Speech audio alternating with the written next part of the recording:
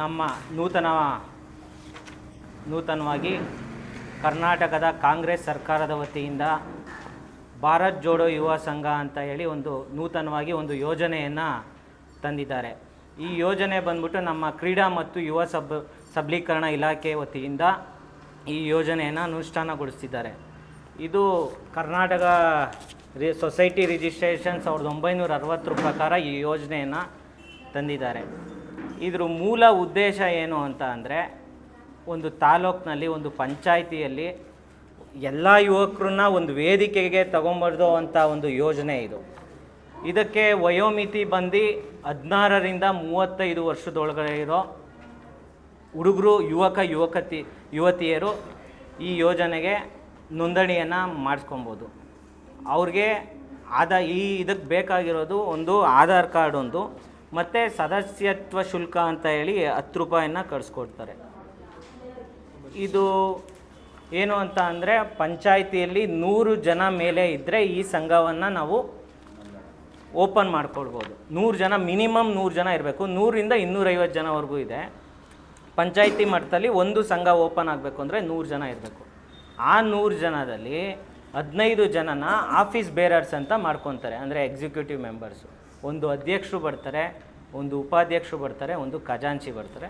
ಇನ್ನು 12 ಜನನ ಕಮಿಟಿ ಮೆಂಬರ್ಗಳ ಥರ ಮಾಡ್ಕೊತಾರೆ. ಇದಕ್ಕೇನು ಅಂತಂದರೆ, ಸರ್ಕಾರದಿಂದ 10 ಲಕ್ಷ ವರ್ಷಕ್ಕೆ ಅನುದಾನವನ್ನು ಕೊಡ್ತಾರೆ.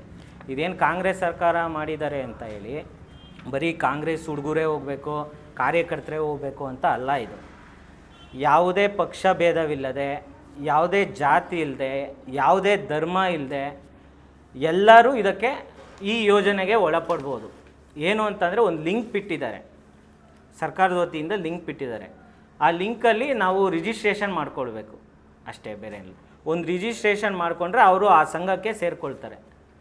100 ಜನ ಒಟ್ಟಿಗೆ ಸೇರಿ, ಏನು ಅಂತಂದರೆ ಈ ಅಮೌಂಟ್ ಬರೋದನ್ನ ಹೆಂಗೆಂಗೋ ಯೂಸ್ ಮಾಡೋದಲ್ಲ, ಅದಕ್ಕೆ ಆದಂಥ ಕಟ್ಟುಪಾಡುಗಳಿವೆ.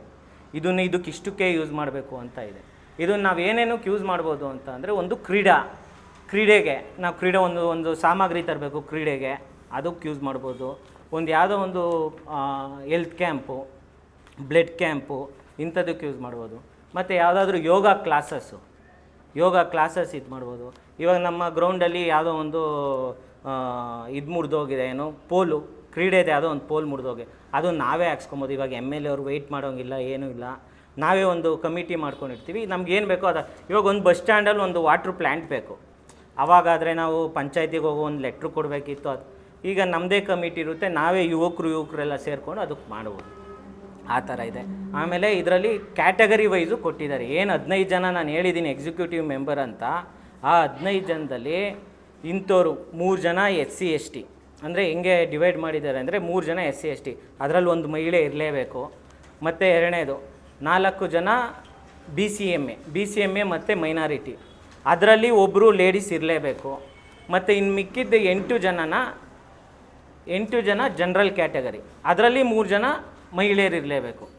ಅಂದರೆ ಎಲ್ಲರನ್ನೂ ಇನ್ವಾಲ್ವ್ ಮಾಡ್ಕೊಂಡಿದ್ದಾರೆ, ಎಲ್ಲ ಧರ್ಮದವ್ರನ್ನ, ಎಲ್ಲ ಜಾತಿಯವ್ರನ್ನ ಇನ್ವಾಲ್ವ್ ಮಾಡಿಕೊಂಡು ಮಾಡ್ತಿರ್ತಕ್ಕಂಥ ಯೋಜನೆ ಇದು. ದಯವಿಟ್ಟು ನಮ್ಮ ವಿರೋಧ ಪಕ್ಷದವರು ಇದು ಬರೀ ಕಾಂಗ್ರೆಸ್ಸು ಅಂತ ಹೇಳಬಾರ್ದು. ಎಲ್ಲರೂ ಈ ಯೋಜನೆಗೆ ಒಳಪಡಬೇಕಾಗಿ ನಮ್ಮ ಮಾಗಡಿ ತಾಲೂಕಿನ ಯುವ ಜನತೆಗೆ ನಾವು ಯೂತ್ ಕಾಂಗ್ರೆಸ್ ವತಿಯಿಂದ ಕೇಳ್ಕೊತಾ ಇದ್ದೀವಿ, ಈ ಯೋಜನೆಗೆ ಎಲ್ಲರೂ ಸೇರ್ಕೊಬೇಕು. ಏನು ಅಂತ ಅಂದರೆ, ನಾವು ಯುವಕರು ಮುಂದೆ ಬಂದರೆ ಒಂದು ನಾಯಕತ್ವ ಅನ್ನೋದೊಂದು ಬೆಳೀತಾ ಇದೆ. ಇವಾಗ ನಾನು ಒಂದು 20 ವರ್ಷದಿಂದ ಪೇಪರ್ ಹಾಕ್ತಿರೋ ಹುಡುಗ ಇವತ್ತು ನಿಮ್ಮ ಮುಂದೆ ಮಾತಾಡ್ತಾ ಇದ್ದೀನಿ ಅಂತ ಅಂದರೆ, ಇದು ನನ್ನ ನಾಯಕತ್ವನ ಬಾಲಣ್ಣವರು ಗುರ್ತಿಸಿ ನನ್ನನ್ನು ಈ ಮಟ್ಟಕ್ಕೆ ಇವಾಗ ನಿಮ್ಮ ಮುಂದೆ ಮಾತಾಡ್ತಾ ಇದ್ದೀನಿ ಅಂದರೆ, ನನ್ನ ನಾಯಕತ್ವನ ಗುರ್ತಿಸಿ ಬಾಲಣ್ಣವರು ಇಲ್ಲಿ ಕುಣಿಸಿದ್ದಾರೆ. ಅದೇ ರೀತಿ ಎಲ್ಲ ಯುವಕರು ಮುಂದೆ ಬರಬೇಕಾಗಿ ಯೋಜನೆಗೆ ರಿಜಿಸ್ಟ್ರೇಷನ್ ಮಾಡ್ಕೋಬೇಕಾಗಿ ವಿನಂತಿ ಮಾಡ್ಕೊಳ್ತಾ ಇದ್ದೇವೆ. ನೋಂದಣಿ ಆಲ್ರೆಡಿ ಸ್ಟಾರ್ಟ್ ಆಗಿದೆ. ಈಗ ಆಲ್ರೆಡಿ ಅಲ್ಲಲ್ಲಿ ಸ್ವಲ್ಪ ಇದೆ. ಈಗ ನಮ್ಮ ಯೂತ್ ಕಾಂಗ್ರೆಸ್ ಹುಡುಗರು ಎಲ್ಲರಿಗೂ ಒಂದೊಂದು ಪಂಚಾಯತಿ ಜವಾಬ್ದಾರಿ ಕೊಟ್ಟು ಎಲ್ಲರೂ ಈ ಯೋಜನೆಗೆ ಎಲ್ಲರೂ ಸೇರ್ಕೊಳ್ಳೋ ರೀತಿ ನಾವು ನಮ್ಮ ಯೂತ್ ಕಾಂಗ್ರೆಸ್ ವತಿಯಿಂದ ಮಾಡ್ತೀವಿ ಸರ್. ನೋಂದಣಿ ಸರ್ ಲಿಂಕ್ ಇರುತ್ತೆ. ಲಿಂಕಲ್ಲೇ ಅವ್ರ ಮೊಬೈಲಲ್ಲಿ ಏನು ಡೀಟೇಲ್ಸ್ ಕೇಳಿರೋದು ಆಧಾರ್ ಕಾರ್ಡ್ ನಂಬರ್ ಹೊಡೆದ್ರೆ ಸಾಕು, ನೀನು ಇದಕ್ಕೆ ಬರ್ತೀಯಾ ಇದಕ್ಕೆ ಬರಲ್ಲ ಅಂತ ಗೊತ್ತಾಗುತ್ತೆ. ಅವ್ನು 36 ವರ್ಷ ಆಗಿದೆ ಅಂತ ಅಂದರೆ ಅವ್ನು ಒಳಗಡೆ ಬರೋದಕ್ಕಾಗೋದಿಲ್ಲ. ಸೊ 35 ವರ್ಷದ ಒಳಗಡೆ ಯಾರ್ಯಾರಿದ್ದಾರೆ ಈ ಯೋಜನೆಗೆ ಅವ್ರು ಬರ್ಬೋದು ಸರ್. ಹೌದು, 26 ಪಂಚಾಯತಿಲೂ ನಮ್ಮ 26 ಪಂಚಾಯತಿ ಪ್ಲಸ್ ಪುರಸಭೆಯಲ್ಲಿ ಹೇಗೆ ಡಿವೈಡ್ ಮಾಡಿದ್ದಾರೆ ಅಂದರೆ ಅಲ್ಲಾದರೆ ಒಂದೊಂದು ಪಂಚಾಯತಿ, ಪುರಸಭೆಯಲ್ಲಿ 6000 ಓಟ್ಗೆ ಒಂದು ಸಂಘ. ಇಲ್ಲಿ ಇವಾಗ 30,000 ಜನಸಂಖ್ಯೆ ಇದೆ ಅಂತ ಅಂದರೆ 5 ಸಂಘಗಳು ಬರುತ್ತೆ. ಅಲ್ಲಿ ಡಿವೈಡ್ ಮಾಡ್ಕೊಂಡು 6,000 ಡಿವೈಡ್ ಮಾಡ್ಕೊಂಡು 5 ಸಂಘ ಮಾಡ್ಕೊಬೋದು ಸರ್. ಒಂದು ಪಂಚಾಯತಿಗೆ 10 ಲಕ್ಷ, ಒಂದು ಪುರಸಭೆಗೆ ಅಲ್ಲಿಗೆ 30,000 ಜನ ಇದ್ದರೆ 50 ಲಕ್ಷ ಅನುದಾನ ಬರುತ್ತೆ. ಒಂದು ಸಂಘಕ್ಕೆ 10 ಲಕ್ಷ ಸರ್. ಒಂದು ಸಂಘಕ್ಕೆ 10 ಲಕ್ಷ. ಹೌದು, 100 ಜನ. ಹೌದು, 10 ಲಕ್ಷ ಬರುತ್ತೆ. ಹೌದು, ಎಲ್ಲ ಪಂಚಾಯತಿಲೂ ಆಗಬೇಕು, ಎಲ್ಲ ಪಂಚಾಯತಿಲೂ ಇದನ್ನು ಅನುಷ್ಠಾನ ಮಾಡಿಸ್ತೀವಿ. ಹಾಂ, ಮಾನದಂಡ ವಯಸ್ಸು 100 ಜನದಿಂದ 250 ಜನವರೆಗೂ ಇದೆ. ಯುವಕರು ಯುವತಿಯರು.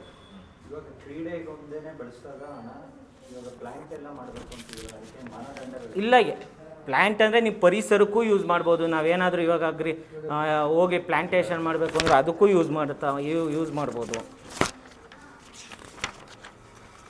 ಸರ್. ಇಲ್ಲೇ ಹೇಳಿದ್ದಾರೆ. ಇದು ಸಂಘದ ಉದ್ದೇಶ ಏನು ಅಂತಂದರೆ ಮಾಗಡಿ ತಾಲೂಕಿನಲ್ಲಿರೋ ಯುವಕರನ್ನ ಒಂದೇ ವೇದಿಕೆಗೆ ಕರ್ಕೊಂಬರೋ ಅಂಥ ಇದು. ಆಮೇಲೆ ಯುವಕರಲ್ಲಿ ಒಂದು ನಾಯಕತ್ವ ಬೆಳೆಸೋವಂಥ ಯೋಜನೆ ಇದಾಗಿದೆ. ಕ್ರೀಡೆ, ಶಿಕ್ಷಣ, ಕೌಶಲ್ಯ, ಉದ್ಯೋಗಾವಕಾಶ. ಸರ್, ಉದ್ಯೋಗ ಮೇಳ ಅಂತ ಮಾಡ್ತೀವಿ ಗೊತ್ತಾ, ಅದನ್ನು ನಾವು ಇದರಿಂದನೇ ನಾವು ಮಾಡ್ಬೋದು. ಇವಾಗ ಯಾರಿಗೋ ವೆಯ್ಟ್ ಮಾಡೋದಕ್ಕಿಂತ ಇದರಿಂದ ನಮ್ಮ ಯೋಜನೆಯಿಂದ ಯೂಸ್ ಮಾಡ್ಕೊಂಡು ಒಂದು ಉದ್ಯೋಗ ಮೇಳ ಮಾಡ್ಬೋದು.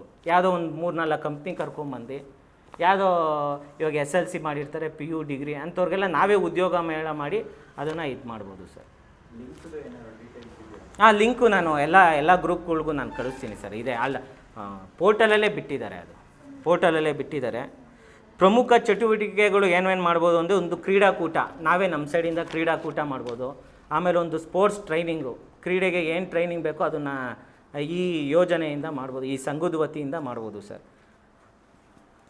ಆಮೇಲೆ ಕ್ಲೀನಿಂಗು ಮತ್ತು ಪರಿಸರ, ನಾನು ಹೇಳಿದ್ನಲ್ಲ ಪ್ಲ್ಯಾಂಟೇಷನ್ನು ಅಂತ ಹೇಳಿ, ಒಂದು ಸ್ವಚ್ಛತಾ ಕಾರ್ಯಕ್ರಮಕ್ಕೂ ಈ ಯೋಜನೆಯನ್ನು ಉಪಯೋಗಿಸ್ಕೊಳ್ಬೋದು ಸರ್. ದಯವಿಟ್ಟು ಎಲ್ಲ ನಮ್ಮ ಮಾಗಡಿ ತಾಲೂಕಿನ ಯುವಕರಿಗೆ, ಯುವತಿಯರಿಗೆ ಏನು ಕೇಳ್ಕೊಳ್ಳೋದು ಅಂದರೆ, ದಯವಿಟ್ಟು ಈ ಯೋಜನೆಯಲ್ಲಿ ಎಲ್ಲರೂ ಭಾಗವಹಿಸಿ ಈ ಯೋಜನೆಯನ್ನು ಯಶಸ್ವಿಗೊಳಿಸಬೇಕಾಗಿ ವಿನಂತಿ ಮಾಡ್ಕೊತೀನಿ. ಸರ್, ನಾನಿವಾಗ ಯೂತ್ ಕಾಂಗ್ರೆಸ್ಗೆ ಅಧ್ಯಕ್ಷ ಆಗಿರೋದ್ರಿಂದ ನಾನು 26 ಪಂಚಾಯತಿಲೂ ಎಲ್ಲ ಯುವಕರು, ನಮ್ಮ ಬರೀ ಕಾಂಗ್ರೆಸ್ ಅವರೇ ಸೇರ್ಕೊಬೇಕು ಅಂತ ಮಾತ್ರ ಮಾಡಲ್ಲ. ಎಲ್ಲ ಪಾರ್ಟಿಯವರು, ಅವ್ರಿಗೆ ಅಕಸ್ಮಾತ್ ಅವ್ರಿಗೇನೋ ಇಂಟ್ರೆಸ್ಟ್ ಇದೆ. ನಾನು ಹೇಳೋದು ಸರ್, ಇವಾಗ ರಾಜಕಾರಣ ಅಂದರೆ ನಮ್ಮ ಸ್ವಲ್ಪ ಜನ ಯುವಕ್ರಿಗೆ ಏನು ಅಂದ್ಬಿಟ್ಟಿದೆ ಅಂದರೆ, ಅಯ್ಯೋ ಅಲ್ಲಿ ಬರೀ ರೌಡಿಸಮ್ಮು, ಬರೀ ದುಡ್ಡು ಮಾಡೋಕ್ಕೆ ಹಂಗೆ ಅಂತ ಅಂದ್ಕೊಂಡಿದ್ದಾರೆ.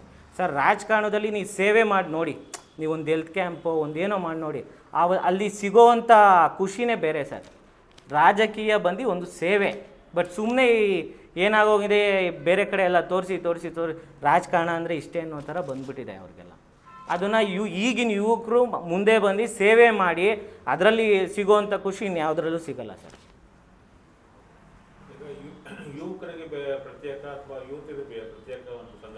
ಇಲ್ಲ ಸರ್, ಎಲ್ಲ ಒಂದರಲ್ಲೇ ಬರ್ತಾರೆ. ಬಟ್ ಅವ್ರಿಗೆ ಇಷ್ಟು ಅಂತ ಇದಿರುತ್ತೆ ಸರ್, ಮೀಸಲಾತಿ ಕೊಟ್ಟಿದ್ದಾರೆ ಮಹಿಳೆಯರಿಗೆ, ಮೀಸಲಾತಿ ಕೊಟ್ಟು. ಇವಾಗ 15 ಜನ ಮೆಂಬರ್ ಅಂತ ಹೇಳಿದ್ನಲ್ಲ ಸರ್, ಅದರಲ್ಲಿ 15 ಜನದಲ್ಲಿ ಕನಿಷ್ಠ ಅವ್ರು 5 ಜನ ಒಳಗಡೆ ಇರಲೇಬೇಕು ಕಮಿಟಿಗೆ.